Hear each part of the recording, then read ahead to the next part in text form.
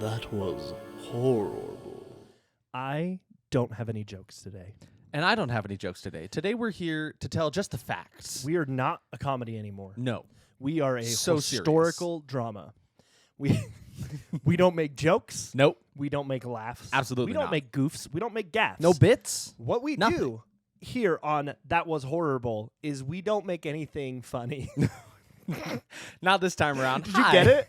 Hi, everybody. Hi, everybody. I'm Isaac. And I'm Derek. We are the co-hosts of That Was Horrible, a podcast where we do our best at reviewing the worst in the horror community. And as such, we watch a lot. We a watch lot of bad horror movies. so many horror We've movies. seen so many just this year in that we've started this podcast. Yeah, and we've watched. I was gonna look it up because I can't. I should have looked it up beforehand. There's so many. But we've watched something like 60-something movies just for this podcast. Just this one. And that is not including movies that just came out this year. But- I mean, that is including those ones, but like, Yeah, but You you know know what I what, mean. guys? Like, this is not just the job for us, especially No. since we're not getting paid for any of this. no, of course But not. we also watch movies in our free time. So, since we are lovers of horror as a whole, we don't Yeah. just watch the bad ones. We also watch some of the good ones. And it's the end of the year. No more horror movies are coming out. Today is December 26th. This will probably go live in the next few days. I doubt they're going to be releasing anything Nothing spectacular in the Nothing next new. couple of days. We've So- done our best to scour the lists and watch the things people were recommending. Make sure that we were like,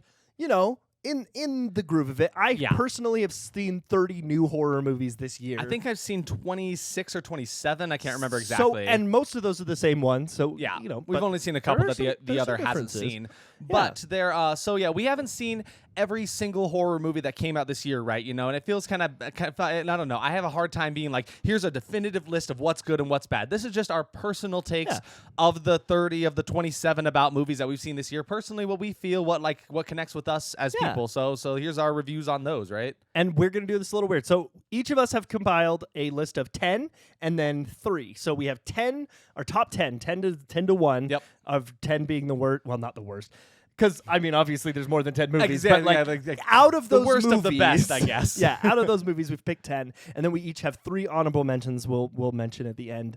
And we'll just kind of go for it. I mean, I think our list, I don't know your full list. I know some of them here and there. Yeah. But I don't know where they stand. I'm sure we have a decent amount that are like the same on each other. Like they will be on each other's list, but not in the same places. So that'll be kind of fun. It'll be fun. But yeah, so we'll tell you where it ranks and a little bit about the film and why we thought it ranks where it is. But just so we can be Twist a it little up. fun We got to and twist it up. twist it up a little bit. We can't you know, do anything like you know, you can't do anything original. we can't be normal. We can't be real No, we boys. can't be real people.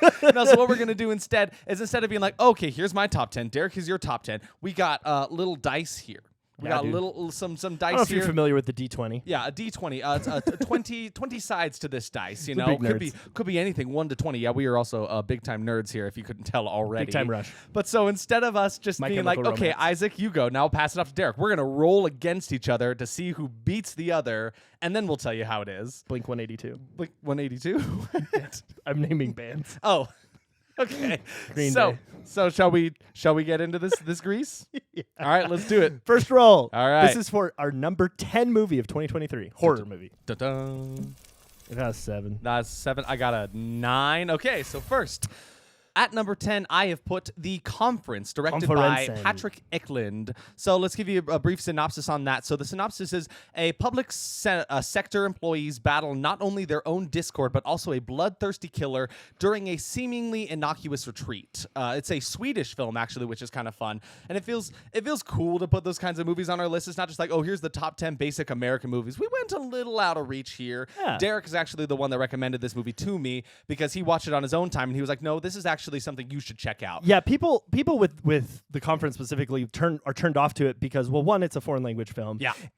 And then 2, it is incredibly boring for about the first 20 minutes of the movie. Yeah, so that's kind of the fun thing about having a friend who also likes to watch horror movies, and sometimes they'll go on, like, check this one out. It's like, this one seems a little weird. I'm going to do a little recon before I come back to you and Yeah. say, maybe you shouldn't watch this movie or maybe you should. So Derek actually saw it. So, like, so my first kind of thing to mention about this movie is the fact that it's low on my list. It's number 10 specifically because there's a lot of movie to be skipped before you actually get to the good parts about the movie. And there are a lot of good parts. That's why it's on my top 10 of this year, right? But there is a decent amount. Derek actually helped me cheat through this movie a little bit. We skipped through a lot of the dialogue about, I watched it, work so you didn't and have to. ethics and what they're doing and stuff. So Derek helped me kind of get through this point. And then halfway through we stopped skipping through things and actually watched the movie. Because once the killing starts, the movie is fantastic. This movie is a lot of fun, and it's a lot of fun to watch while these pretty bad people run away from this assailant. I don't know what it is, but I was simultaneously, I don't know how they managed to do this, but I was rooting for the killer and for the people at the same time. The same exact time. Which has never really been the case. Usually it's oh, these people are terrible, I'm rooting for the killer, or oh, the killer is terrible, I'm rooting for the people to get away. But it somehow managed to do the both of them. There's some really fun, inventive kills, and to that effect, the main killer was so fun. I thought it had a really spooky, interesting take that kind of became it didn't have a what am I trying to say, iconic look until a certain point through the movie, and it dons a little mask, and it's really, really fun. Check that out if you want to see what this killer looks like. But I thought they were creative, their motive really, really worked, and so I thought it was a super fun time that I kind of came out of the woodworks when I wasn't really expecting it. It kind of came out of nowhere. And to add on to that just real quick, I loved who the killer was. I won't spoil it. Yeah. But it really tied everything together and made you hate people and love people, and it was a good movie, really good movie. Yeah, it was on Netflix. Just check it out. Yeah, check it out. We will do our best to not spoil things as we are mentioning them, because they're on our top 10. I really want you guys to go watch them, so we'll try to give as much as we can about these movies without spoiling the whole thing. Yeah. So there's my top 10. That's your whole thing. You're done. That's me. I'm just kidding. For me, my number 10 is Beau is Afraid from Ari Aster. Following the sudden death of his mother, a mild-mannered but anxiety-ridden man confronts his darkest fears as he embarks on an epic, Kafkaesque odyssey back home. So, my main thing I'm going to put here, I love this movie. I'm a big fan of Ari Aster and just A24 in general, and so we made a point to go see this movie the day it came out at 11 p.m. because it was all we could do. And I struggled putting this movie even on my list because I didn't think it was a horror movie. And Isaac was like, Derek, what are you talking about? That was absolutely a horror movie. So the reason it's so low on my list isn't because I think this movie is a number 10. I think it is barely a horror movie, personally. Yeah. And to that effect, we should also mention one that I don't think is on either of our lists because we talked about this, Godzilla -1. Oh, yes. Fantastic film. Phenomenal film. Let's address that. But just real quick, there are a lot. Almost every top 10 horror movie list I saw this year had Godzilla -1. Yes. It is not on my list, and the only reason for that is because I do not personally feel like it is a horror movie. Yeah, me neither. It has horror elements to it in the same sense that I feel like Jurassic Park has horror elements to it, but sure. I don't consider Jurassic Park a horror movie. Incredible film. Easily certainly in my top 10 of the year, but I'm not going to put this on my horror list because I don't think it fits there. It is currently in my top 5 of the year, but I don't think it is worthy of a horror title because there's so much more to it than that. And I don't know how to even describe it. This isn't an episode about Godzilla -1, but you should go see that movie no matter who you are, no matter where you are. Yeah, exactly. I guess I just want to mention that to say, it's not a bad movie. It is a very, very good movie. It's just not on our list. But to me, it's not horror. Anyway, so sorry to take from your bit. So back to Beau is Afraid. I went in this movie I knew I was going to like it. I like Joaquin Phoenix. I like Ari Aster. I like kind of movies that play with your mind and do weird things. You like those movies that make you feel bad. I like really bad. If I'm not sad for a good half hour after the movie, I've done something wrong. No, I'm just kidding. But I mean, kind of true. It's kind of true though. I loved this movie for what it was. It was weird. It was wacky. This movie is not everybody's cup of tea. There's a lot that happens in this movie that is strange. Definitely Ari Aster's mommy issues come to light. I thought that Joaquin Phoenix did a great job, and Nathan Lane is there for some reason. I forgot Nathan Lane was there. Yeah, right? He was weird. He was wacky. He's doing a lot of weird stuff now. But I can't recommend Beau is Afraid to you. And that is so weird because I'm saying it's my number 10 of the year. Sorry, I'm just remembering us sitting there in the theater making jokes about Nathan Lane. And I think we're hello, it's me, Nathan Lane. Go get your balls checked. I mean, it's true. That's a good portion of Beau is Afraid. Is testicles. Yeah, Get them which checked is out. It's a spoiler in a sense, but also absolutely not. It's absolutely not. You could not suss out what actually happens if we told you. The thing that I like talking about with Beau is Afraid, though, is people think it's just like a romp fest of just horrible like hedonism. It's not. It's just really weird. Yeah. So anyway, that's my number 10, Beau's Afraid. All right, so is it time for roll 2? Let's roll, dude. Let's roll. Here we go. Hey, I got a That's- 20. Is that a 6 for me? I Oh, you got got 20. okay. You beat me. I so- crit 20 this, boy. I crit 20, so I that, like that that trumps everything you play, did. When you play Dungeons and Dragons, a crit 20 means Something, okay. It depends on the rules you're playing, man. True, yeah, it changes. My number 9 is Onyx the Fortuitous and the Talisman of Souls from Andrew Bowser. Fledgling occultist Onyx and a group of worshippers attend a once-in-a-lifetime ritual at their idol Bartok the Great's mansion. So, this movie I did not know existed until, like 12 hours before we went and saw it? Really though, like fresh before the thing. I knew the character Onyx the Fortuitous existed. He was like a YouTube meme character, right? Which is kind of funny to me because you didn't know about the movie and I didn't know much about the character, but I knew about the movie and you knew about the character. Yeah. And then Emily found the movie was streaming or being shown. Yeah, at it was shown in Cinemark. like select theaters. It just was like a whole big thing. We went and saw it on a whim, and it ended up being fantastic. This movie has some of the best visuals I've seen in a movie in recent years, some of the greatest creature work, fun characters, a stupid main character who you just love so much, and like a squirrel girl. So, I mean, what else do you need? Of course, the squirrel girl would make her way into your review for this movie. No, I mean, it is just a fun movie with fantastic references. Is it Creature Kid who did the practical creature work Kid for with this a K. movie? K Creature Kid. The creatures in this movie are worth the price of admission alone. The Reanimator references are worth the price of I mean, the admission Creature alone. Kid creatures were like the biggest pull for me to go see the movie. Yeah. I was actually pretty bummed because they brought it to Sundance because we live out here in Utah, right? There's Yeah. Sundance Film Festival. They brought it out here and brought some of the puppets. And I Yeah. really wish I could have gone to see them because that would have been fantastic. So anyway, the good majority of the movie is practical, which really drew us both in, I think. I'm sure you'll talk about it eventually. Nate, you don't know my list. Who knows where it's True. going to be? Who knows? I mean, I don't really have a reason it's this low other than it just didn't rank as high for me. I will say, though, this movie was 4.5 stars for me on Letterboxd. I loved this movie. I cried. It really hit home with me. It's like, it's all about finding your sense of self and finding a group of people who share the same values as you. And it's just a great one. Yeah. To the effect of you mentioning how it's like low on your list, this is hard to do. This is so hard. guys. My list changed 5 Like, times today. I've made like 3 different revisions of this list just because it's like I love all of them on this list. I wish I could put them all at number 1, but like I have to figure out like which one ranks over which one for certain reasons. So like we have our own reasons for that, but like they're all great. So whichever way it shakes out, go watch any and all of these movies. I should please. say there's a movie in my honorable mentions that was in my top 10 until about 20 minutes ago. Yeah, right before we it just started. happens. And They- it they just bounce happened back that and I forth. kicked something out and put it back in. So. Yeah. So my number 9 is going to be Brooklyn 45, directed by Ted Gilgan.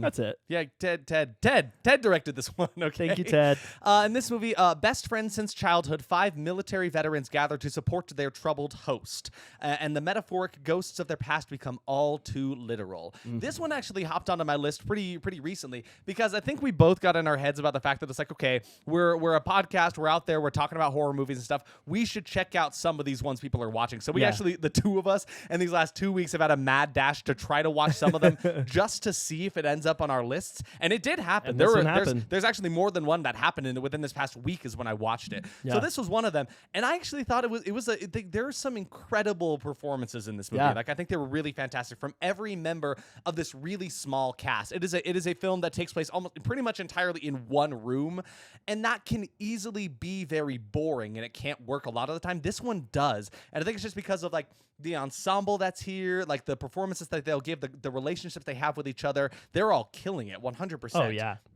I really loved the supernatural elements. They were really fun. They looked really great. There are some particularly nasty looking practical effects that happen with one specific character. That's all I will tell you. But like the gore to say is like really really good in this, and I really enjoyed watching it. And kind of unexpected too. Yes, like absolutely. I think so because like I wasn't sure what to expect, and to that effect, I think I want to say the reason it's 9 on my list and not much higher is because I felt like the marketing was was a touch misleading. I was expecting much more of like supernatural horror, but then was met with horror of a different variety, horrors of like after the war, life after that, and like trying to be a person and such, and like the terrible things that happen in war. So it became a lot more about that with the supernatural side to it.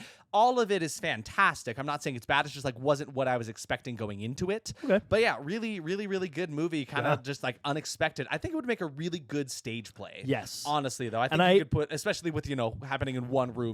I think the supernatural stuff might be hard to pull off, but like if you can kind of tweak that a bit, it would make a fantastic play. While watching it, I was thinking about that during, and I was like, okay, no, this needs to be on a stage. Yeah. Because you could do magic to make like stage magic. It happens. To make they do crazy stuff. You ever go see Beetlejuice? They do crazy shit in that insane.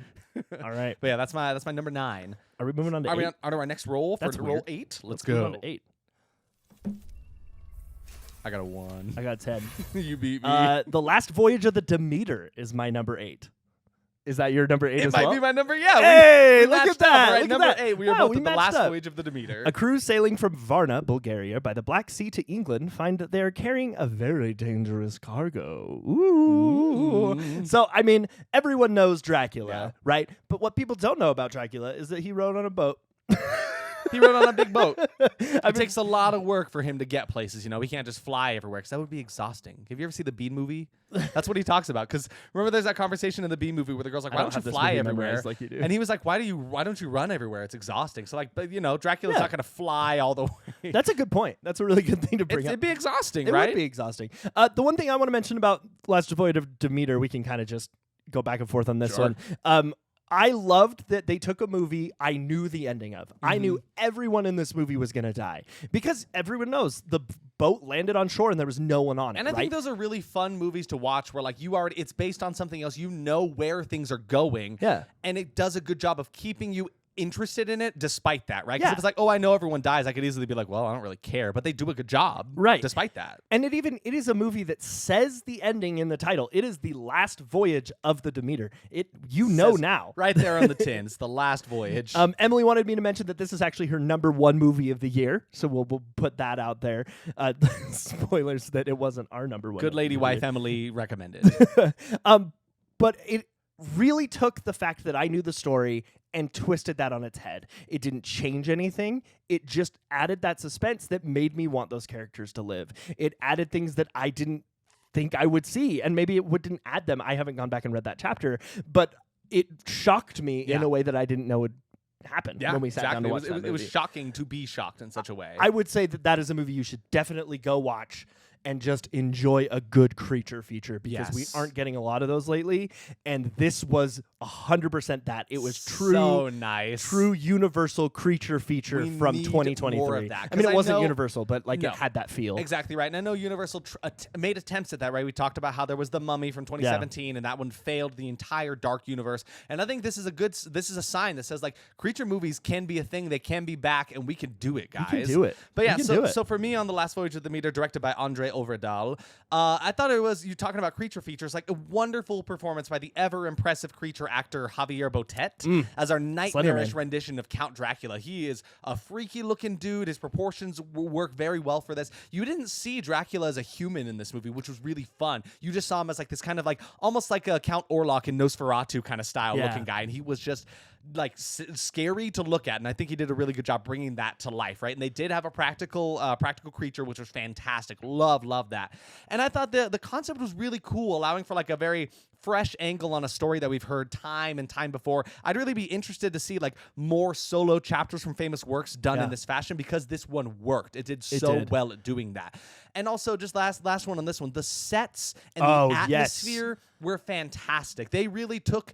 Like, I know a lot of people joked about it being Alien on a boat, but they did it in a fantastic fashion. It wasn't like derivative of Alien. It was his own thing entirely and worked so well. So like, what's really not to love about that? Alien on a boat. So Alien on a boat. Very, very good film. Alien on a boat. All right, so now we're on 7. Let's Let's roll, baby. That's a 7. That's a 5. Hey, take that. All right, You number got 7 for 7. I mean 7. Yeah, That's so- true, yeah. All right, number 7 for me is going to be No One Will Save You, directed by Brian Duffield. Bryn finds solace within the walls of the home where she grew up until she's awakened one night by strange noises from unearthly intruders.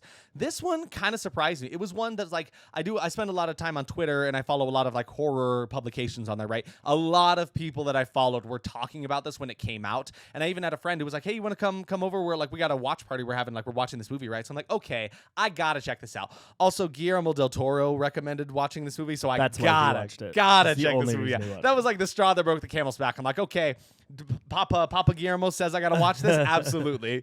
But it's incredible because this movie has almost no dialogue in it, like almost pretty much entirely. There's probably 5 spoken words in the entire movie. There are literally 5 spoken words. I 5 actually looked spoken it up words. before the episode. Exactly. So like There are it's a 5 words. full feature-length film. How do you manage it?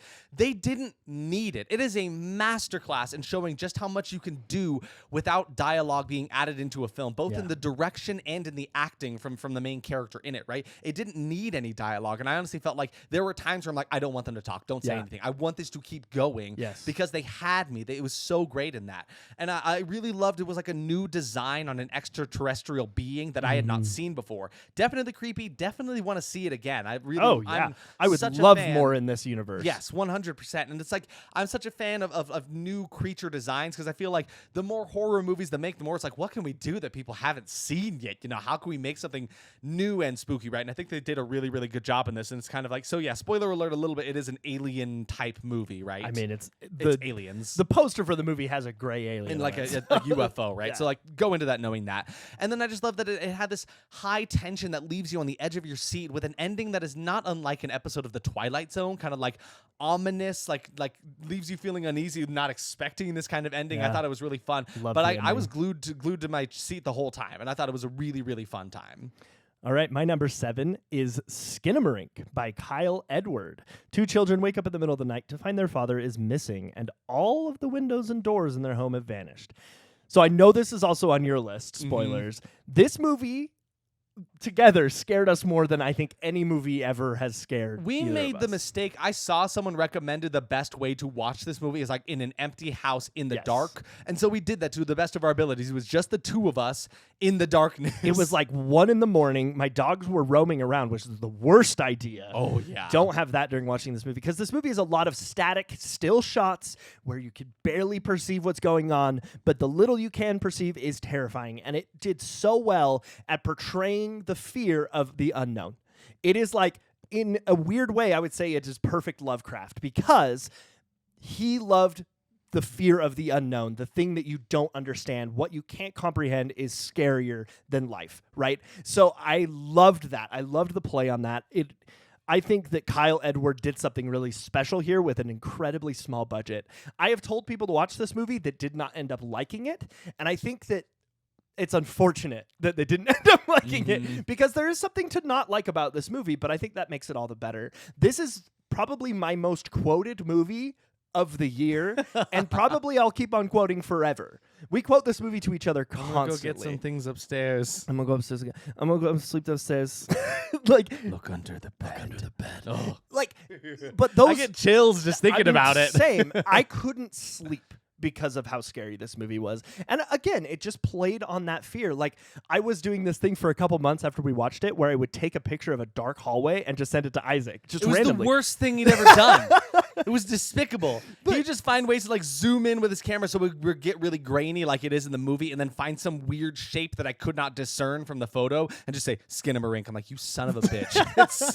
It's spooky. It is really got scary. to me. It really gets to you. And I know you watched it again. I'm sure you'll talk about it when you get to it. But the only reason this movie isn't higher is because there are movies that impacted me more. This movie scared me the most out of every movie ever. Yeah. I've just really never had a movie except for The Brothers Grimm when I was a small child. I watched that Wow, movie and I okay, couldn't yeah. sleep for weeks. But since then, not a movie has scared me this bad. Yep. So anyway, that's Skinamarink. We're on to number 6 now. Oh, are we? All right, 6. Time for 6. Do it. Let's roll. Oh, I have to roll too. That's do we That's both get an 11? That's double Oh, 11. what? Let's roll again. It's a D20. What are the odds? I guess 1 in 20. 1 in 20. That's technically a 3. Did you get a 1 or a 3? I got 1. It's I a got a 3. crit fail. Does All that mean right. I have to redo my entire list? Yep, that means scrap it all, find a new one. All right, so at number 6, I put When Evil Lurks, directed by Damien Rugna. When the residents of a small rural town discover that a demon is about to be born among them, they desperately try to escape, but it may be too late. This film left me feeling sick down to my core pretty early on, all throughout, and for quite some time after viewing this movie. Just because of the kitchen. In the best way. I mean, it was a very, very effective movie. Like, Yes. it makes you feel things. I'm not even sure what it is. Disgust, anger, pain, depression. all of it. It's like I say, it is a mixture of feelings. This is also one I should mention was entirely in Spanish, which was really fun. I didn't actually know that because this is one that, like, again, I was on film Twitter and then people had recommended it, and I was like, okay, cool. And I turned it on. I was like, did I mess with the settings or anything like that? The title wasn't in Spanish. yeah. Nobody had mentioned anything like that, but it was so great despite that. Yeah. Despite even like the fact that I had to read. I don't care. I love subtitled movies. Yeah. Ask Derek. I have to put subtitles in everything I have, He otherwise does. I can't hear it. Can't hear without my subtitles. It's true. It's fact.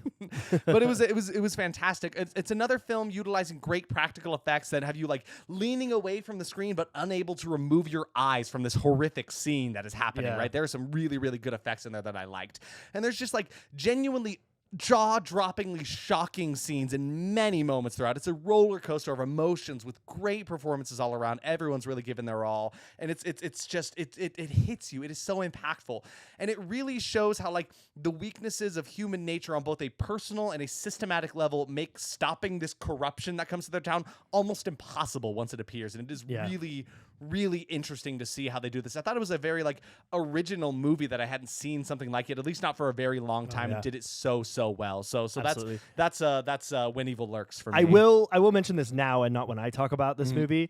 Oh, does that mean it's on your list somewhere? It's 100% on my list.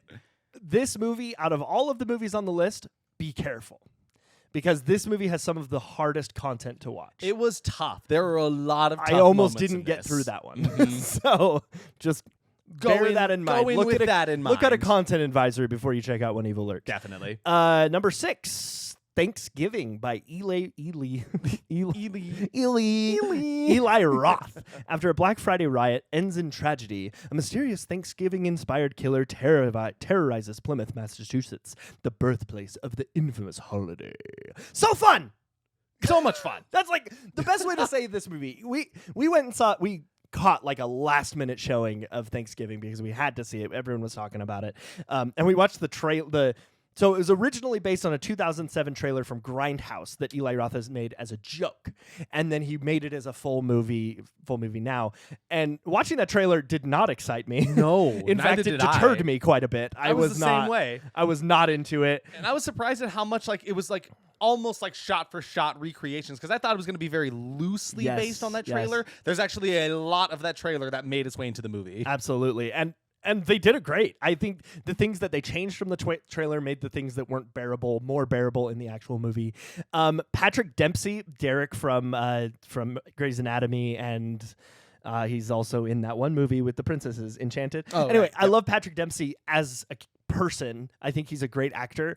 He took this role places that I didn't know he had the ability to do. Mans came out of himself in this movie. His role in the last half of this movie is so good, it is worth price of admission. Really just shocking. There's some just like line deliveries that he gives out. You're like, I didn't know Patrick Dempsey had this in him. He found his calling, and it's to be in Eli Roth movies, and that's okay by me. That's great. I Keep at should it. mention I'm not a huge Eli Roth fan. I think he's too much personally. I also felt that way, and that's kind of how I felt about the trailer you showed me, right? I'm like, no, this is too much. But it felt like this was very toned back. I mean, it is still a lot. I will probably give the same warning I gave for When Evil Lurks. When Evil Lurks, yeah. By saying like check out a content advisory before you go check this one out.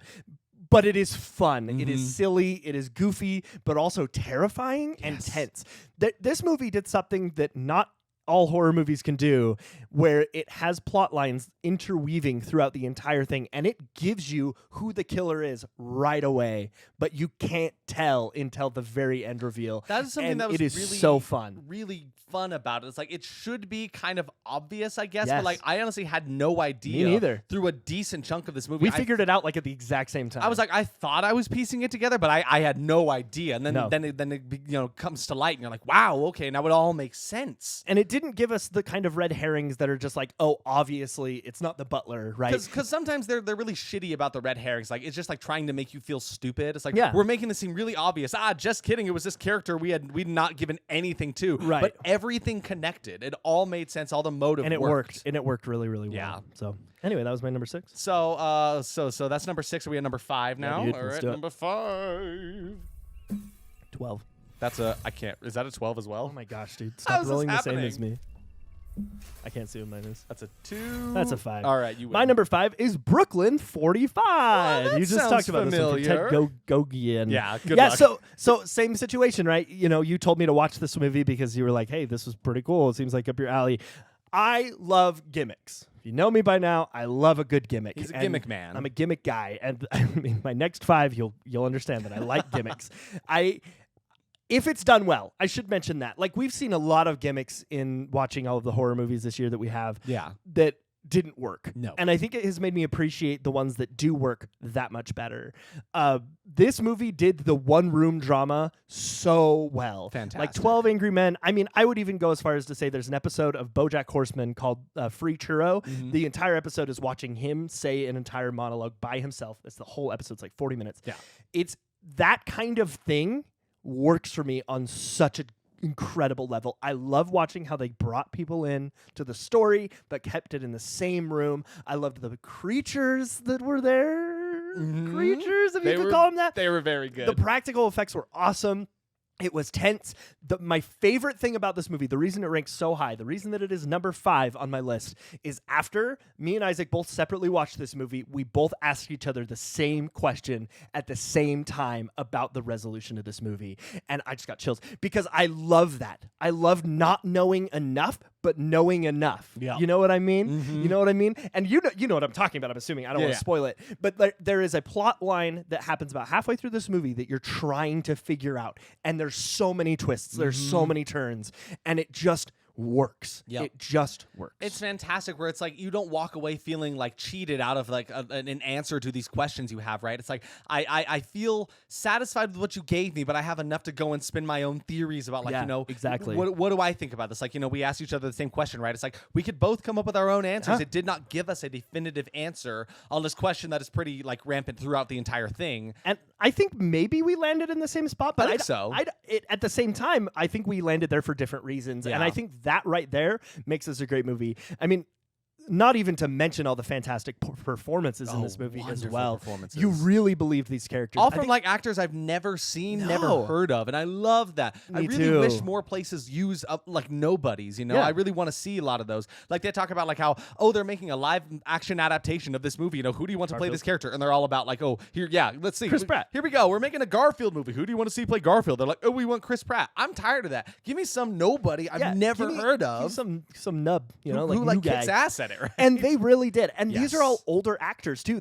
These are all people that have just survived World War II, Which and made it all the they- more believable, right? Like I could believe Yes, these people lived through yes. this stuff. And the set, and even like the small amount of time that you spend outside of the house, like it felt real. It felt like it was in that time period, and it was obviously a low budget, Yeah. and they used every cent well. I will rave about this movie probably for years to come. I really feel I like loved it so much. there are those actors who like do a good job of putting on an act, and they're still good actors, but there are those actors that just do it. They just Yes. live it, and it feels so real, and that is what this entire ensemble feels like. So good. It does not feel like So any good. of them are reading words on a script and acting this and acting it well. It's like, I believe you. You are real people. You just Yes. are. You just be this character. Yeah. Very, very good. Yeah, and I think that's basically all I had to say about this movie.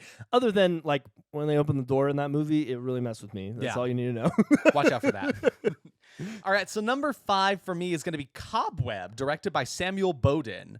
Young Peter is plagued by a mysterious, constant noise from inside his bedroom wall, a tapping that his parents insist is in his imagination. As his fear intensifies, he starts to believe that his parents are hiding a terrible and dangerous secret. This was another one that, like, I actually, like, fun fact, I wanted to watch this earlier this year when it came out, and Derek didn't, like, share my, like, same excitement about this movie. He was like, it looks fine, whatever. He was more excited about the fact that the actor that plays Homelander was in it, and that was the biggest draw for that one. But so I was actually pretty stoked about it. And then Derek told me he watched it, and I was like, well, now I gotta check this out. So it was the same deal within this last 2-week mad dash to watch all these movies to see if it ended up on my list. This one ended up at number 5, and that's just because it got to me. I watched this one alone in my bedroom. I was laying down with my computer next to me, and I was like, it's a little late. We'll see if I can manage to stay up and like watch this movie, because sometimes I'll get tired and pass out, right? This one, I was like halfway through the movie, things start getting going. I was sitting up in my bed, like staring at my screen. It is really great at maintaining suspense throughout the entire film with like this like plenty of pretty brutal moments with great performances from all these actors. Anthony Starr does a fantastic job of playing another psychopathic do to your mother, character. Peter. He's a scary. He does really good at being this like kind of intimidating character, fantastic. even with this nice bright smile that looks like a psychopath is hiding just underneath the skin. Yeah. This film, like I mentioned, hits a point where things get really going, and I was glued to my screen from then on. It held me gently in its crooked, spindly hand, and then gripped me tightly with this terror that like I was cheering. I thought it was so fun. It contains a twist that probably could have been easily expected, but it did such a great job of like leading me down a very different path and subverting all these expectations I had. And then when like, there's this reveal that happens of it, I'm like, of course it makes sense. And then I was like, this is just so much fun. I don't know what it was about this movie, but like it just rocked me. Maybe it was the environment that I watched it in. Maybe it's just like it was the fact that I was late and really sleepy. But this one was just like way too fun to not put on my list. Yeah. It's like I said, there's a specific point where things get going in the movie. If you've seen the movie, you know the point he's talking about. And it is just so much fun. Such a fun creature design that feels pretty original. We haven't seen something like that. Again, it's so hard to talk around this and not tell you exactly what is happening. Yeah. But like it kind of shocked me. It was just a very, very fun movie to watch. I really, really enjoyed it. I should mention that this movie did not make it on my list. Mm-hmm. It was real close. Yeah. It was real close. I did really, really enjoy it. It just didn't get it on there. It's one of those ones where like I can't explain why it made its way all the way up to 5 after watching it, but like it just I'm pretty worked. shocked. It just worked for me. That's awesome. That's great. I love that we're different on that one. I really am. No, we should. Yeah, that's the thing. Is like probably be kind of boring if both of our lists were the exact same. It's like, okay, they're close. Here's the list of 10 movies on different places, right? So like we're close, but not quite there. So there's our one difference. I think Cobweb for me, it like almost worked, but I do think you hit the nail on the head with like where you watched it, because I was watching it in bits and pieces. I did not watch it in one sitting, and I think that actually made a huge difference for me. Yeah, like if I had actually sat down and just devoted my time to watching the whole thing, like if you had turned it off and watched it the next day, I'm curious if your opinion would have changed. It might have. It might have, but still great movie. Yeah, I still recommend it. It's really fun. It's one of those where like it's wild. You're stoked for the kills that you know are gonna happen. Yeah. There are characters that get introduced who are like, this is obviously monster bait, right? Yeah. And like I'm excited to see how this shakes out. And I think that's something. Honestly, what really gets my goat about this movie is the fact that like it is a monster movie in a sense, and like it is fun to watch monsters run rampant and do crazy shit. And the monster is insane. And I love that. Yeah. Okay, number 4. Is that us? Are we on number 4? Yeah, oh, geez. 5, right? All right, let's roll. Roll, baby. 11. That's a 6. Why are you so much better at rolling dice than I am? Take that. When Evil Lurks. We just talked about this one. We talked about this one. So I kind of gave you my opinion a little bit when I was talking about how graphic this movie is. Yes. So I watched this movie in Mexico. We went on vacation, and Emily was off diving with her family, and so I stayed back at the hotel. Which and I'm watched sure the movie. helps the fact that this movie is in Spanish. Yes. I have never in my entire life had such a visceral reaction to something that happened in a movie. Derek and I watch these movies a lot, and we recommend them to each other a lot, right? Yes.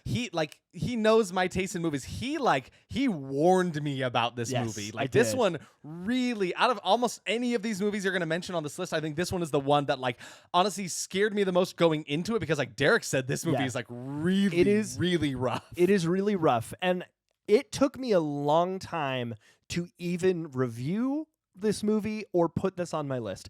And I think that's why it ended up so high for me, why it is at number 4, just because of that. it had some triggering things for me because of my own personal life, and that made it really, really hard to watch. I will never watch this movie again, but I will be grateful that I did. It's kind of a weird place, right? It is. It is a super unique story with some of the worst visuals, and by worst I mean like hard to watch. Like Done very well, and that's the problem, so right? it's interesting to me that two of the movies this year will stay with me forever because Skinamarink scared me in a way that I've never been scared before, and this movie shocked me. And for very different reasons, yes. right? And this movie shocked me in a way that no movie has ever shocked me before. It took something. It's like they looked at my personal life and were like, let's just really mess up Derek in any way possible. Let's just lean into that there. But I wasn't mad about it, and it was done tastefully. I'm not going to go into detail. Maybe don't look it up unless you're curious. I'm maybe overplaying it because of my own personal reactions to this movie. It is effective though. Like But it as is a very person that does not effective. have the same personal life that Derek had, it is still very effective. And It is tough. very, very effective. And there are scenes in this movie that will probably stay with me forever. And maybe that's because I watched it in Mexico. And I mean, like at the I don't end of know. the day, that is like a good horror movie, right? We do Yeah. watch these things to feel fear, right? We Yeah. do find some kind of like, excitement out of watching scary things. So if like we're talking about like this movie, Scary did a great job as a Yeah. horror movie. And I think there is also something to be said for watching this movie subtitled. Like, if you have the opportunity to watch it in dubbed, don't. No. Because you are glued to the screen in a way that watching something with your language doesn't do. Can I say right? that though? Like there are lots of times where like I want to do a task and watch a movie at the same time, so I can't watch any of these subtitled movies. I think there is something really good about the fact that when you watch a movie, you have to read the subtitles. You are in. You have to focus the whole time. You can't drift and look away, right? Because obviously you're not going to understand what's happening. Yeah. And I think that is fantastic, and that is something great about this movie, right? Watch it with the subtitles. Watch it with please. the subtitles. I think there is a lot to be said for just gluing yourself to the screen and watching a movie. That's why movies that we see in theaters and movies that with subtitles are the ones that are pretty much on my list. And I think that's something so shocking about this movie because you were glued to the screen the whole time. You think you're on the pulse the whole time. You Because I feel do. like a You lot of the do. time, especially we've watched so many horror movies now, you can pretty much tell the formula when a jump scare is about to happen, when things are about to Yeah. get bad, Oh, right? yeah, for sure. And this one, you feel safe for a second. You think you understand where things are going. There's some things that come so out of left field. Yes. You're like, Yes. I've been sitting here watching the whole like, how did I not? Like, you still got me, even though I was paying attention. Yeah. It's like waiting for like a peekaboo scare, right? And you're like, I know it's coming, but you were not ready for it, Yeah. not in the slightest. And this is one of those movies that the only reason I watched it is because people would not shut up about it. It's the same reason I watched Cobweb. Yeah. Like no one would stop talking about it. They said it was like horror redefined. It was Yes. this new thing. Just And mean-spirited horror phenomenon. I think I'm going to go out and say it is in a sense horror redefined because it isn't a gore fest movie. No. It isn't gore porn and it isn't horror, but it is its own thing. It is when evil lurks. Yes. And evil did lurk, and it lurked a little too much. it still lurks a little bit and probably will lurk for a long time. So anyway, what's your 4? Number 4 for me is Onyx the Fortuitous and the Talisman of Souls, Aw. directed by Andrew Bowser. So yeah, you put yours low on the list, and I feel like the only reason this one ranks higher for me is because this one rocks my whole vibe. You know, 100%. I'm totally here Yeah. for like the 80s, 90s nostalgia, whimsiness of it, the practical creature effects. Oh my God. Let me just get into it. Jeffrey Combs has still got it, guys. I didn't mention him because I figured you would mention Jeffrey Combs has still got it. Yes. I completely forgot because I remember I saw something about this movie forever ago and I saw that he was in it. I'm like, oh, you mean Jeffrey Combs from Reanimator? That's fantastic, right? But I was curious. I'm like, can he pull it off? Has he still got the chops? And let me tell you, he does. He absolutely it. He does. was fantastic.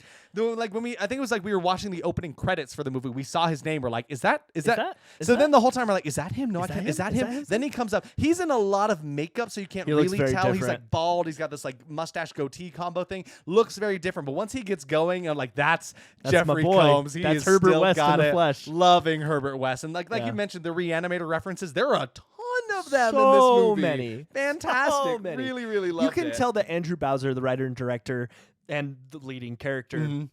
you can see and feel his love for traditional horror. Yes. But at the same time, he wasn't just making something that was for those fans. He was making something new, and it was really beautiful. And it really worked. And this is like in every sense of the word, this is a passion project. This is like a Yes, it was a Kickstarter Kickstarter. funded movie, and it is like completely like, so I think because of that you have like no studio interference about like what should we change to make this work for people, right? It is solely like Andrew Bowser and his team of people making what they wanted because they love it. And I it was beautiful. really for love that. that. I have like such a like my heart swells for such a love of something like this, especially horror, right? Making this like completely like original thing. You want to make it the way you want to do it, how you see it in your head, and it went to screen so well. I really loved it. With the help of some people, there were some incredible creature effects and puppets created by the stellar team at Creature Kid.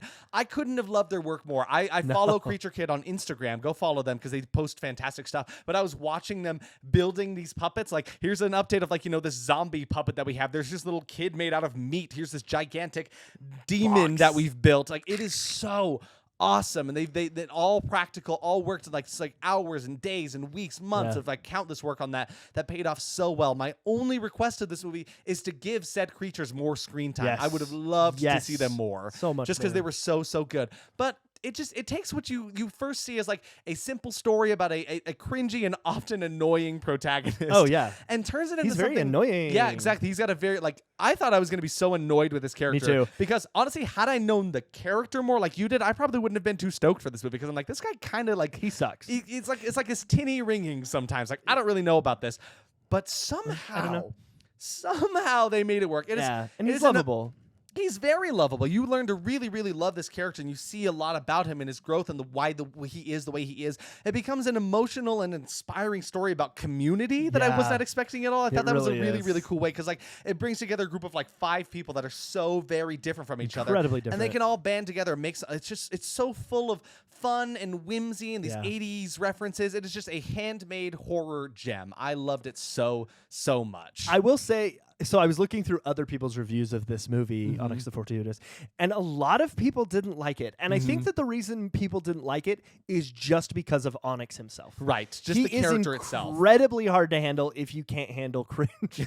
But like he's cringe defined. But if you can understand that, if you can understand that is who he is that for a reason. He is someone you know. Yes. He is someone you've met in your life. He's a very real person, right? And it's like, it's not just like this movie goes really into about like how his annoying tics and mannerisms and stuff that you deem really cringy, or like just like he cannot help it. They're like He almost is a defense person. mechanisms. He is the way he is. It makes you kind of look inside of yourself and wonder if you have those similar tics. Which we that all do. We all do. And oh man, I'm gonna start crying because I really think that this was an important movie. Yes. It really is. And the people who were rating it so low weren't paying attention. No. And maybe that was the problem. Yeah, I think Maybe you need to watch. That's Maybe exactly the put it issue. in a different language and read subtitles. Like, leave your biases at the door and just Yes. like watch this movie for what it is and what it presents to Please. you. It is so much more than I was expecting it to be. It came at me as like this fun. It's got these like fun colors and dark themes. It's like this cult people like. But it became such an important movie and like one of my favorites for the year. That's why it ranks so high for me. Again, it just really rocks my socks with the whole like the effects and the lighting and all of that funness. Yeah. All right, so I think we're down to our last 3. We're down to number 3. So before we go into our last 3, I want to mention my top 3 I changed so much.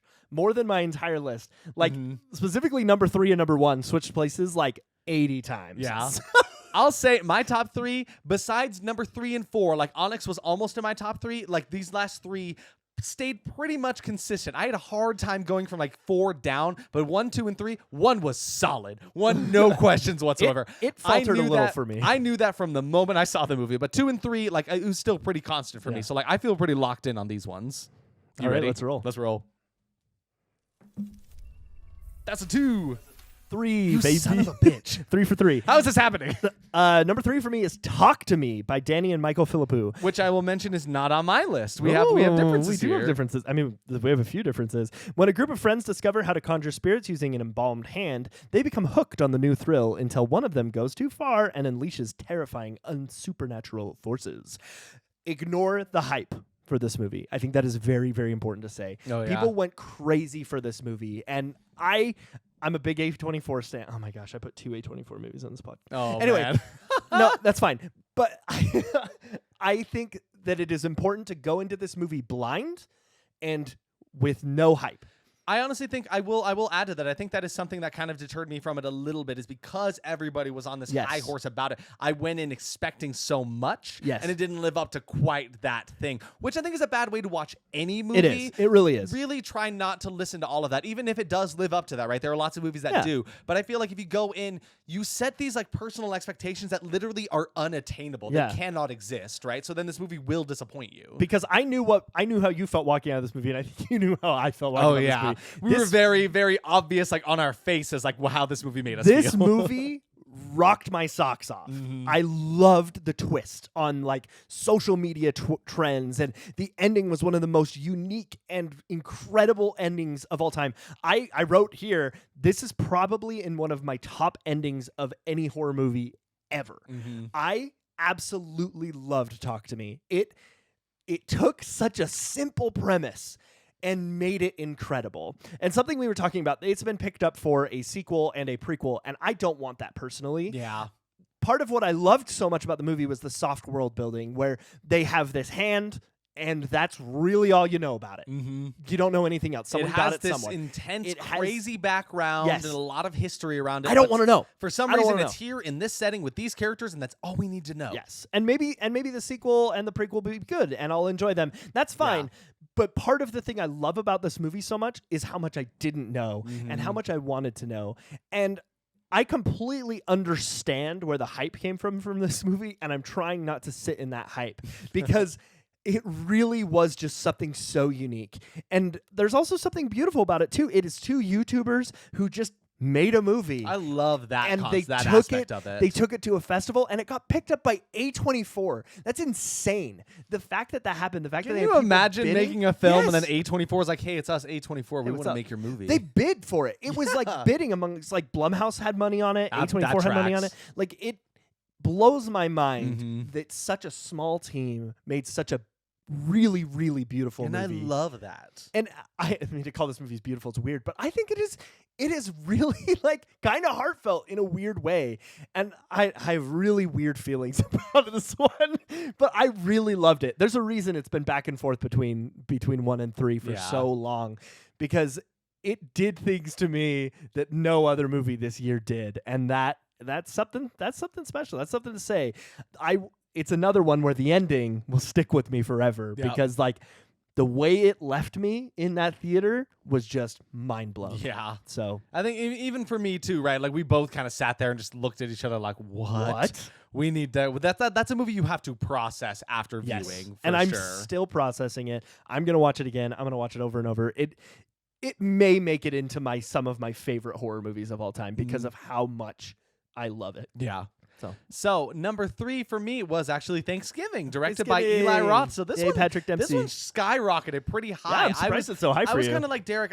After watching the original Grindhouse trailer, this movie that the movie stems from, I was a little hesitant at what I was going into. Like the acts in that trailer were, in all honesty, a bit much, right? Like we were talking about, Eli Roth kind of pushes things a bit too far. Where I'm like, this is much even for me, right? But like, you know, as is the way of Grindhouse as a genre. But like this movie took everything good about that trailer and ran a touchdown with it. Like really took everything that I did like about that, and there's so much that I didn't like, kind of cut most of that and just took the really, really good parts, and it left me excited to see how each act would play out in this almost shot-for-shot recreation.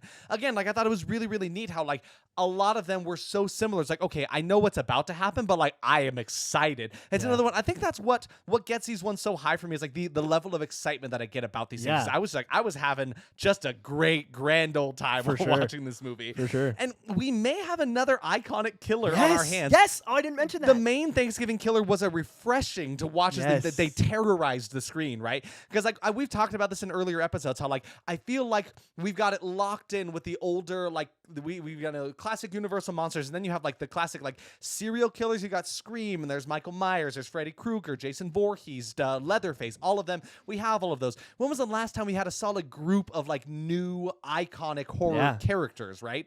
And I feel like there are some that have come and gone. I'd say like the Nun is probably up in there in icons now. She's Art there. the Clown from Terrifier, I would say ranks up there. Yeah. And I think this character from Thanksgiving, it might be I another mean, one. they just greenlit Thanksgiving too. Exactly, so- directed by Eli Roth again. So I'm like, I am excited to Me see too. more of this character. I personally, I'm like, I don't know where they're gonna go with this. I Personally? thought things were wrapped up pretty good. Personally, I'm looking forward to Thanksgiving H2O. Yeah, I'm really excited in that curse of what's the Thanksgiving person that they reference? I can't even remember. They reference some Thanksgiving character, whatever. Yeah. But it had some of the best kills that I've seen Oh, all yeah. year. Oh, and yeah. what So really, unique. What really got me about this was the fact that they were all so tastefully themed around the centric Yes. like Thanksgiving theme, Yes. right? None of them were just kills, you know. It wasn't like Jason Voorhees is like, oh cool, here's this thing next to me, I'm gonna kill you with it. All of them were so intentional and so Yes. fun and creative that I loved every single one of You them. It could was say- so much fun in the killing. You could say there was a cornucopia. There's a beautiful cornucopia of kills. kills. It was beautiful. And they were all equally shocking and terrible and fun. Yes, and but I'm really cheering. happy that a lot of like the stuff that they had in the trailer that deterred me was kind of done away with, and they really took what worked and made it so much better. Yeah. I loved that. So yeah, that's number 3 for me at Thanksgiving. Awesome. So we roll. Let's roll. Let's Number roll, 2. baby. I I got a crit one. Oh, that's 6. I got a crit fail. That's my win. second crit fail, dude. Number 2 for me was Skinamarink, directed by Skinamarink. Kyle Edward Ball, and this movie affected me, Yeah, it did. guys. It is. You watched it again. I have not felt scared right down to my soul in a very long time. Really, not since I was a kid. And this movie got me there. I feel Yeah. like the last time I really felt so scared was after watching Sinister for the first time. Oh, that's yeah, a good. and that's yeah. another one that like really hits for me. And this one finally got me there because like we watch a lot of horror movies. I feel like Yeah. I've desensitized myself to a lot. So much. So there aren't a lot of movies. Sometimes people will ask me like, "What's the scariest movie you've seen?" Or like this year in recent times. I'm like, I don't know. I watch a lot of good movies, good horror. Not a lot of them actually hit me and make me feel fear. Like it has been such a long time since I've like sat up in bed because I am scared of what's around me, right? I have not Yeah. felt that feeling in so long. And this movie, it hit me. And that's why it's ranked at number 2 for me, because it really made me scared in the simplest form of the word Yeah. for such a simple premise. Because like, it's just like you mentioned, right? There's kids in the house, their dad's missing, their mom's missing, all the windows and doors are gone. That's it. That's it. And that's all it needs. It masterfully plays on the fears that almost everyone has had at a certain point about being scared in the dark in your own home, right? Oh, like yeah. it is something that is so universal that works so well. It's like your home is your safe space. And then when that becomes an unsafe space, where can you run? Especially when there is nowhere to run. There are no doors, there's no windows. You have no concept of time in this house. It is horrific. It is terrifying. I have beef with the people who claim that this film is boring. Yeah. Because their argument is like, I will tell you now, there are many sequences in this movie that are just very long shots of like an empty hallway, just completely with darkness filling it, right? Yeah. And these boring sequences that they talk about are exactly what make the movie so fantastic for me. Just because it is so good at eliciting the fear. These long shots of these empty doorways lead your mind to play tricks with you in this film grain effect that they have, because it's set in like the early 90s, 2000s. Is that what it is? Yeah. And so it's shot on like an old camcorder, right? And so like there's this film grain that is covering the screen the entire time. And in that film grain, when you're staring at it for so long, your mind plays tricks on you and starts to like, you start to see things that are coming out when they're not. It is so good at like using your own imagination as a tool, as Yes. a method of fear for you, right? Because like they could show you a monster and that might work for Derek and it might not work for me, or vice versa, right? There are some creatures that you give that really work for some people and scare them. There are some that don't, right? If there was a monster that was made out of teeth, it would terrify Derek. If there was a monster that was made out of feet, it would terrify me. That's true. That's So the like truth. there are different things that work for each other, but just completely doing away with that and giving you this empty space and says your head's going to fill in whatever scares you, that is fantastic. That's so good. I loved that to bits. So this movie just really got to me. The Yeah. last shot in this movie, it's a long about to one, bring and you're that back, just too. sitting there staring at it, and you were just like, you were stuck. It is like that petrifying you fear. have to look. You were You stuck have there. to look. You can't look away. And so that is why this one ranks as number 2 for me, just because it is no movie for a very long time or anything, any act in my life has put me in such a scared place than this movie did. Fantastic Yeah. film. It's not boring everyone's wrong. Go watch this movie. I mean, there are a lot of people. This ranked pretty high on a lot of top 20 movies lists, and for good reason. Again, like you mentioned earlier about how like small budget, underdog kind of story. That rocks with me. I really love that. I think this movie had like a $50,000 budget or something so like that. No big studio input, no big nothing, no big budget. Like they just had a small location, a couple actors, one house, and it worked so good. And so I'm very happy to people that are doing this stuff continue making these things because it can work. You can be on Rolling Stone's #1 horror movie of 2023 without a huge budget, right? It's true. Just have a great idea. You just have to do it right. Just do it and right. Passion. Have your passion. Do what you feel is right. This is exactly like why I loved Onyx and the Fortuitous, right? It's like, do what you want to see because there are lots of other people who probably feel the same way. It's true. Yeah. All right, my number 2 is No One Will Save You. Hey. Brian Duffield. I love this movie so much. So fantastic. One of my biggest fears my entire life has been aliens. And I think don't know why. I think this is one that I watched before you and I ran to you. I'm like, Derek, watch this movie. Yes, you did. You need to. It was on my list. I was going to watch it, Yeah. but I wasn't like putting any urgency into it. And I was like, okay, whatever. I put the urge in him because it is so good. So I remember when I was a little kid, I was camping and I looked up at the sky and I thought I saw a spaceship, and someone next to me said, "Derek, did you see that?" And that's scary. That when was you're the like scariest thing that has ever happened in my life. You could easily say, "Oh, I must have imagined it. It was something silly. It wasn't something." But if another person confirms that with you, I didn't talk to them at all. I'll never forget that. We were laying there. He leaned over and said that to me, and it was forever rocked my world. And it was probably a weather balloon, right? Whatever. Who cares? The fact of the matter is, this movie took that fear and made it real. And another, I'm not talking about myself a lot, but the reason it worked for me so well, another fear I've had is not being able to speak and not being able to open my mouth. I am a person who deals with a lot of anxieties constantly, and having a main character who is so anxious they can't speak is incredible. And the fact that there are 5 words in this movie takes it that much further. I can't even tell you how much I loved this movie. I love gimmicks. The gimmick of the silence just played so well. There are parts in this movie that are just downright hilarious for no reason, but then they come back at you with that hilarious thing and twist it, and it scares you. I love laughing until I'm scared. Mm-hmm. That is such a beautiful tool that not a lot of directors get right, and most directors don't. Most sit on one side, right? Yeah. Most are like, no, I'm going to be too funny, or no, I'm going to be too scary. But when you can combine those things, when I'm laughing and then my laugh turns into a fear, that's great. I think there's a beautiful balancing act between like showing some people either that'll make them feel anger or sadness or fear and stuff like that, and then giving them a respite, like this moment to breathe in this comedy, something to laugh at. Because I had a teacher in high school who mentioned that to me. It was a theater teacher who had mentioned about the fact that it's like whenever you are tense, what is like the first thing you want to do after that? Like the quickest thing you can make a person do after things are tense is make them laugh. It's like, let's say I need to just like release and feel a little bit better. There's a lot of science about and it. So I think there's something great about horror movies that have some kind of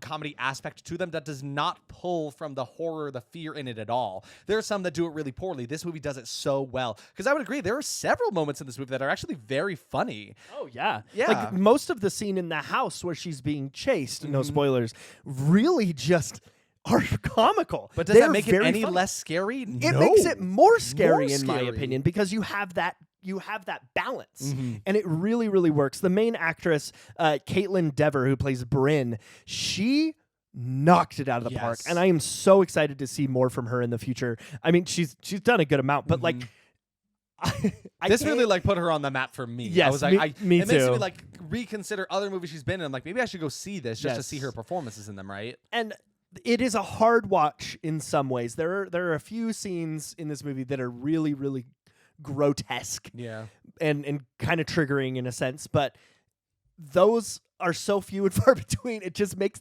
I can't shut up about it.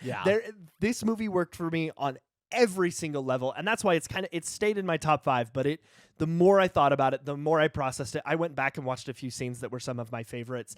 The way they took this traditional creature, the traditional gray alien, I know it's not a great term anymore, but like it's what they called it for years, right? And they took that traditional creature and they made it so scary. Yes. And at first when you see it, you're like, oh no, I know that thing. You know, that's just Area 51. Nothing new No here, big you deal. know. But and then it just blows up.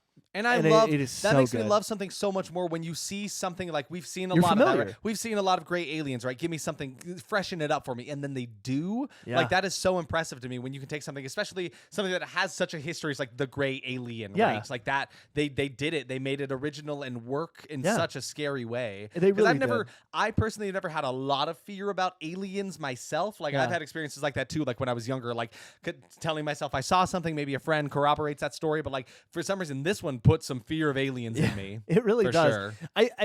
Again, though, it goes back to that. I love Lovecraft a lot. It goes back to the fear of the unknown, right? Yes. Once you start knowing the unknown is when fear appears. And you were right? talking about like soft world building earlier. This Oh, one yeah. too. Woo, yeah. There's a whole yeah. world that you just like get glimpses of. You're like, what even is What even all is of that? happening? Tell me more. And then, without spoiling it, the ending of this movie. so You good. think you know how it ends. Yeah. And if you're not paying attention, you missed the ending. There were actually several moments where I thought the movie was ending and it kept going. I'm like, where's it gonna go? And Yeah. then it just And then it worked. Mhm. I actually rewound the first time I watched it because I thought I misinterpreted it. Yeah. And I didn't. And I was glad I didn't Yeah. misinterpret it.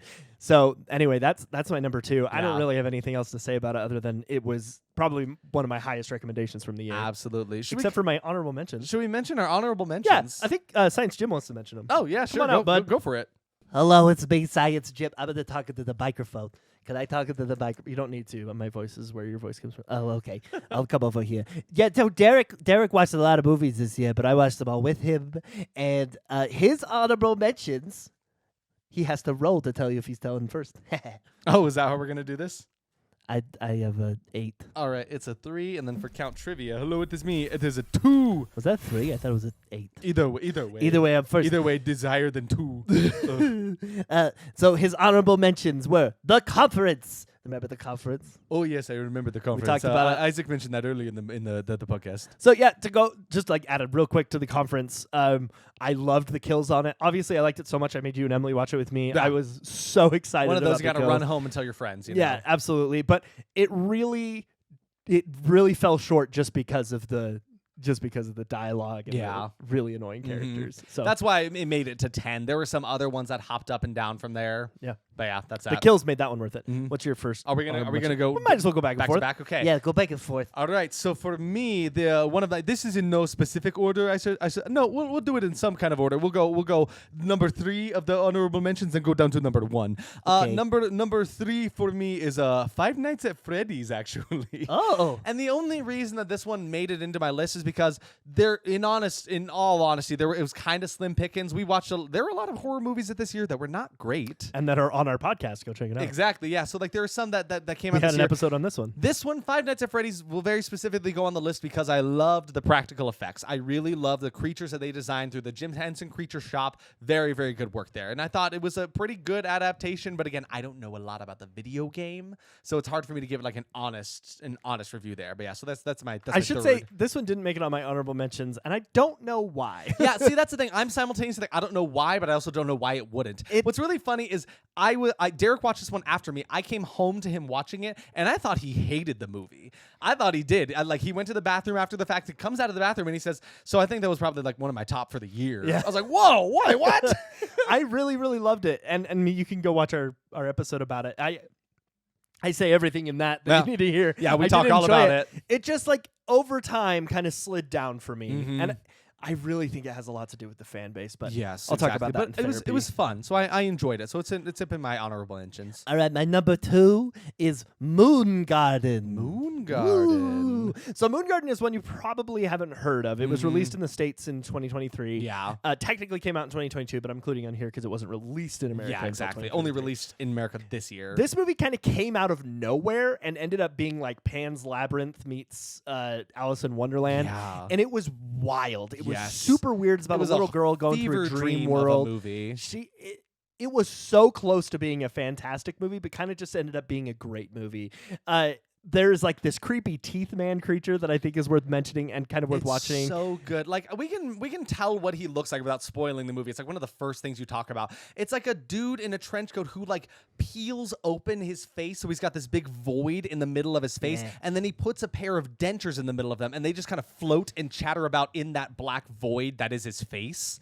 It's terrifying. It's really creepy. I loved it. Yeah, I know. That's why I actually told Isaac to watch it just because of Teeth Man. He saw that guy and he's like, Isaac's gonna like this dude. There was a lot of like really cool creature use in that movie, and I Yes. think that's why it even made an honorable mention at all. Absolutely.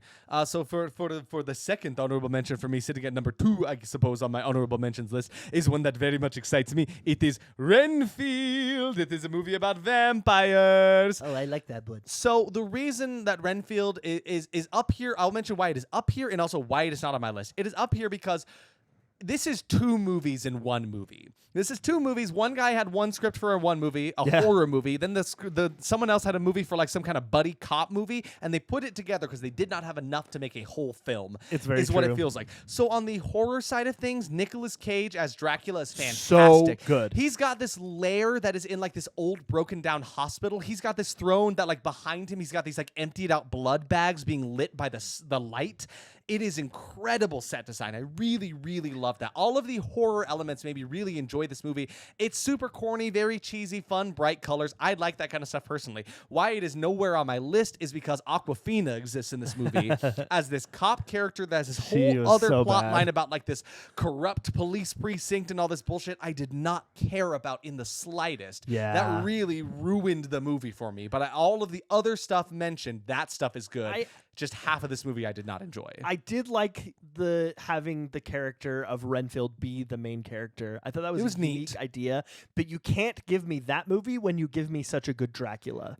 It's kind of hard to compete Right. with The Last Voyage of the Demeter, right? Right. Well, and at the same time, like the Dracula in Renfield though was so good, right? Like Nicolas Cage's Dracula was so fun. All I wanted was that.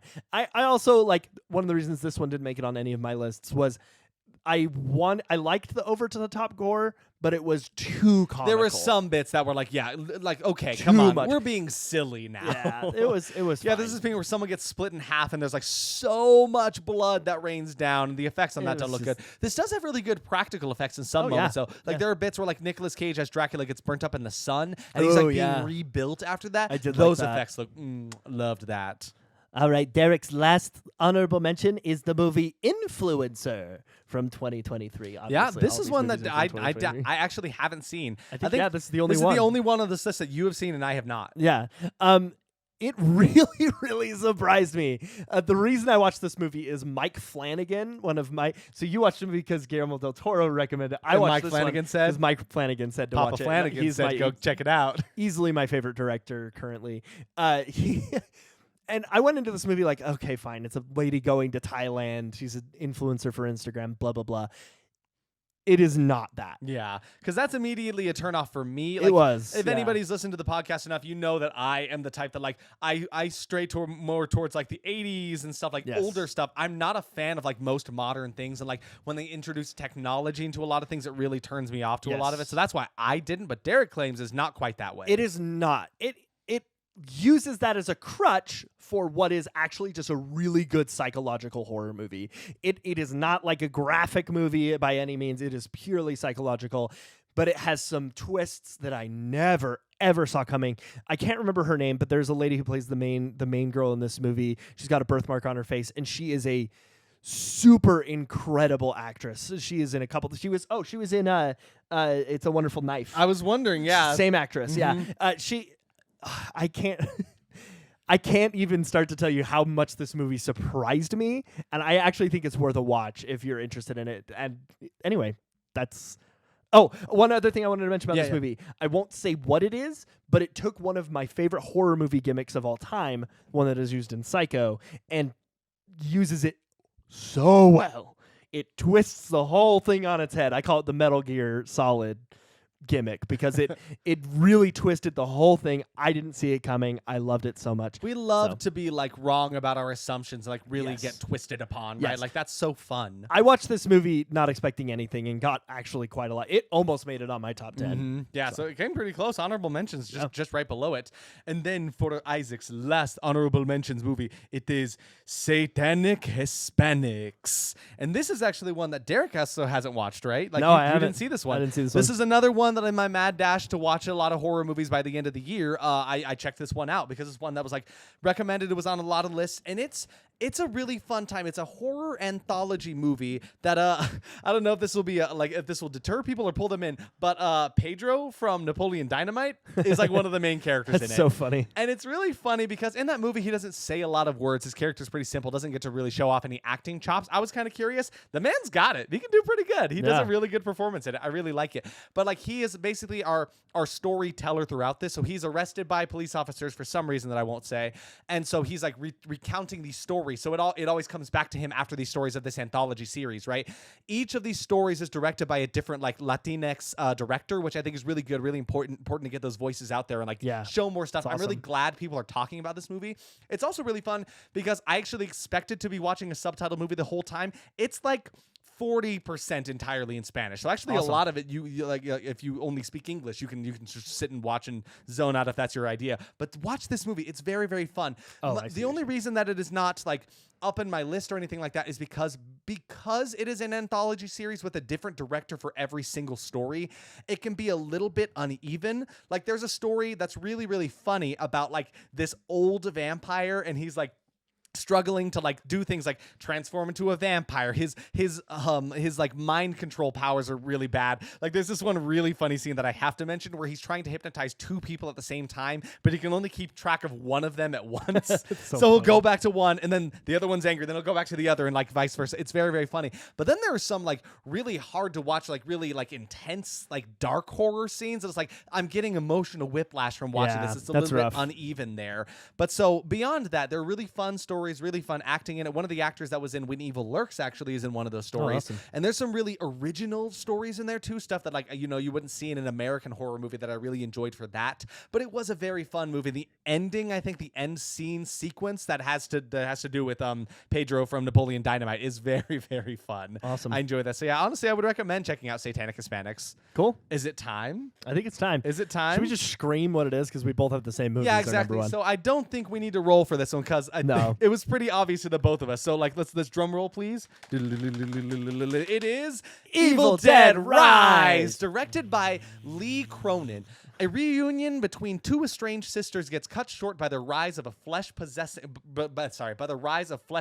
demons, thrusting them into primal battle for survival as they face the most nightmarish version of family imaginable. Ooh. Whoa, guys. So yeah, this movie, both of us had incredibly low expectations. Big Evil Dead fans over here, Yes. and Yes. so like we were kind of hesitant to go see the movie. I was to say the quite least. hesitant. I remember Yes. I You were mad. saw Bruce Campbell posting about it like a year beforehand, talking about how they were moving forward, and it was a picture of like a skyscraper with the Evil Dead logo next to it. I'm like, I don't want this at no, all. No one did, and well, not no one, but a lot of people didn't want Yes. it. Mhm. But we started seeing the reviews, and we're like, okay, maybe it's worthwhile. I Then was it actually like getting pretty 100% on shocked Rotten Tomatoes because my expectations were low and everyone was starting to rave about this movie. I'm like, it can't be. There's no way. Like I felt pretty like heavily in my soul that this was how it was going to be, right? Yeah, absolutely. I mean, it's sitting at an 84% now. Certified That's fresh. pretty insanely high for a horror movie Yes, in general. Absolutely. So but everything works about this movie. Mhm. The performances are fantastic. The effects are effects in this fantastic. movie. The scares are so good. It's just like it is like wholeheartedly everything that works for me, right? Yeah. Like once I left the theater, I told myself that it would take a lot to top this movie for me. It is one of those where like you leave, you're like, I know in my heart and soul this is probably my Yeah. movie of the year, Yeah, you me know? too. And so like it released in April. There are so Yeah, it many was 8 movies that months came ago. after that. No other movie got my goat like this one did. This Yeah. one really, really got it. And I mean, like you mentioned, it's Big Evil Dead Dead fans, like I had gripes leading all the way up to watching this film. I didn't want it to be set in the city because every Evil Dead movie is taking place like in the cabin in the woods, right? That's where it's always happened. That's where traditional. the Necronomicon is. Like, how are they going to do this? I didn't want them to keep making content based on a trilogy that is incredible in my mind and ruin it for me, But like, because I have big gripes with when they make sequels to anything, especially like when it is super successful and they're like, oh, okay, we know this formula works and it's going to make us money, so let's like shit on it, and make a new thing. And often that leads to them like either milking things way past when they should just like let it die, or like, making things when it doesn't need to be. I am so for things when there's like a good idea, a good premise, passion behind it, not just a cash cow, Yeah, And so for sure. I was really nervous about this, didn't want it to happen, but all those gripes went out the window when the moment I saw the opening title screen when Evil Dead Rise rose through the trees. The lady above it. Fantastic. That is like, of all time, one of my favorite title screens, hands down. Hands down. It was so good. I remember we looked at each other and then cheered. Yes. When that happened. And that was it like was beginning so of the good. movie. I was like, maybe I was wrong. I am so here I'm for so this movie. in. I know a lot of people have issue with the whole cabin in the woods thing, but I just say I didn't give a shit after watching the movie. Put that aside. Also, I think it really, really works, and it ties in like what would happen. There were more than one Necronomicon. Exactly, like, right? What's going on? It like adds it works to this wonderful world, being like, okay, the Necronomicon, it exists in this cabin in the woods. What if we took it out there? There's more stories we could tell with that. Yeah. And they did a good job. This movie provides like blood by the bucketful. It had me giggling with glee the entire time we watched it. The kills, they were brutal, they were cruel, the effects were spectacular.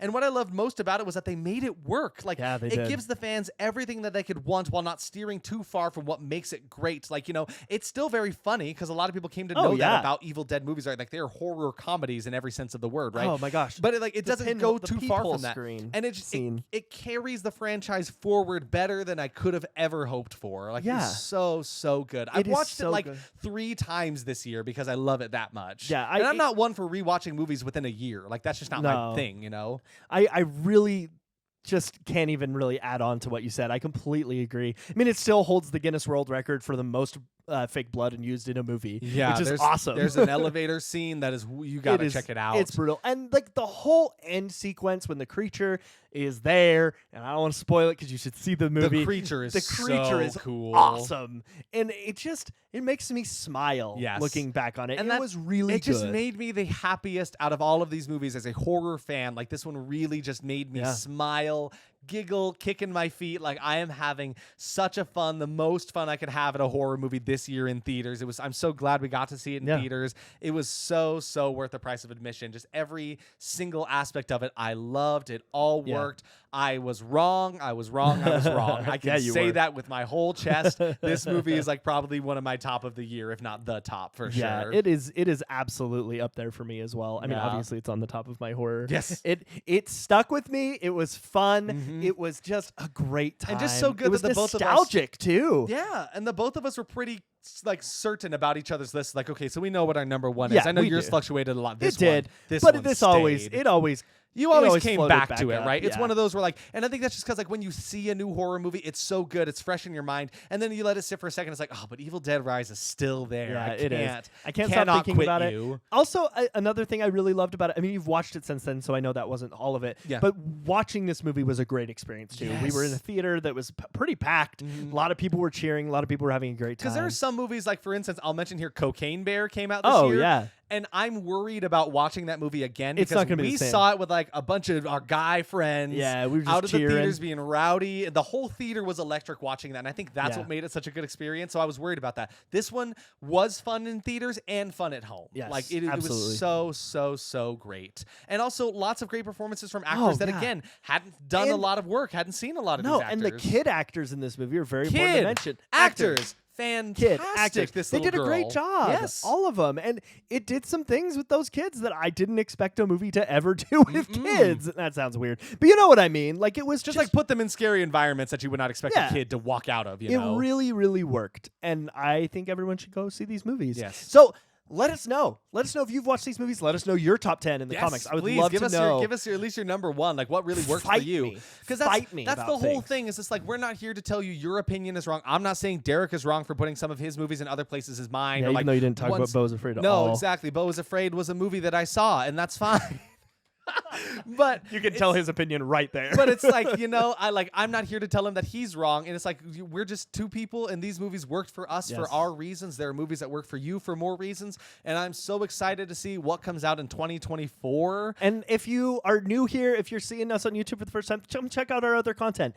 We've got lots of fun horror movie reviews. We're at like almost 60 now. I'm so excited for what's coming in the next year. We're just now at the end of our first year of doing horror movie podcast stuff. Yeah. It's a lot of fun. Let's take a sneak peek. I just looked up 2024 horror movies coming out. This is on Fangoria.com. There's Night Swim coming out, Baghead, Lisa Frankenstein looks like a fun one. That might Excited be for more Isaac style than anything. Yeah, I'm excited Out for of that. Darkness, Imaginary looks pretty whack. looks We saw a trailer for that the other bonkers. day. The First Omen, Radio Silence, Untitled Monster Movie. That's fun. Ooh. Whatever that is, that sounds A fun. Silent Hill movie. Return to Silent Hill, Horror Scope, The Strangers Chapter 1. Like, Oh, man. there's a lot of fun. There's that's a gonna lot be of had good coming. in 2024. We'll check it out. We'll Yeah. watch those movies, and we'll have If they're another bad one of enough, we'll these, do them on the podcast. which is pretty fun. But thanks for giving us. I know we didn't start this at like the beginning of the year, but we haven't had this podcast for an entire year. almost. So almost a whole year now. Thank you for tuning in with all of us. Thank you for feeling like helping us feel like we have a platform to talk about Yes. these movies at all. Otherwise, we would just sit here and yell to each other about what movies we loved. We still do. And as fun as that is, it's really fun, and it makes it so worth it that all of you guys are here. So thank you so much. And if you're bored on a rainy Saturday, just go put on An American Werewolf in Paris. or other ones, there are other movies. Dr. Giggles, I would recommend. We've got a lot of good ones that we've seen throughout. But thank you for listening. Thank you for tuning in. Everything. We will see you more in 2024. Have Stay a spooky. happy new year. Stay Stay spooky. spooky. Goodbye.